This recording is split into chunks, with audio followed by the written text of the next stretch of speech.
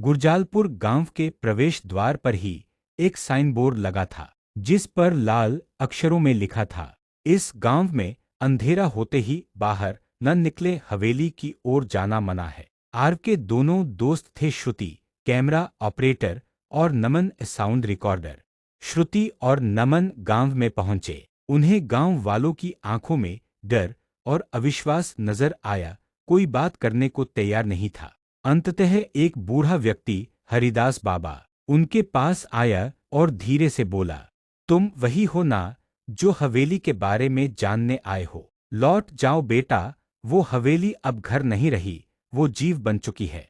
आरव ने शांति से उत्तर दिया, बाबा, हम वहां की सच्चाई दुनिया को दिखाना चाहते हैं। बाबा ने कांपती आवाज में कहा, जो भी वहां गया वो कभी पूरा नहीं लौटा, किसी का होश चला गया, किसी की आत्मा, हवेली ने सब छीन लिया। नमन ने हल्के में मुस्कुराते हुए कहा, बाबा आप बहुत फिल्मी बातें कर रहे हो।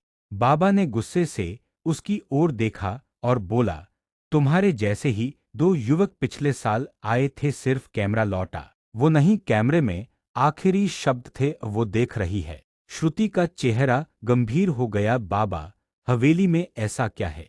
बाबा ने एक कागज का टुकड़ा निकाला और उन्हें दिया, उसमें एक नाम लिखा था, रजनी। आरव ने उस नाम को अपने डायरी में नोट किया और बाबा से आखिरी सवाल पूछा, हमें रजनी की कहानी कहाँ मिलेगी? बाबा बोला, हवेली के तहखाने में एक संदूक है, अगर वो तुम्हें चुन ले तो कहानी सामने आ जाएगी, लेकिन याद रखना, हर सच की एक कीमत होती है। तीनों ने बाबा को धन्यवाद कहा और हवेली की ओर बढ़ चले, लेकिन अब उनके दिल में उत्साह नहीं, डर था। हवेली की ओर जाने वाला रास्ता पेड़ों से ढका हुआ था और हवा में जैसे फुसफुसाहटें थीं।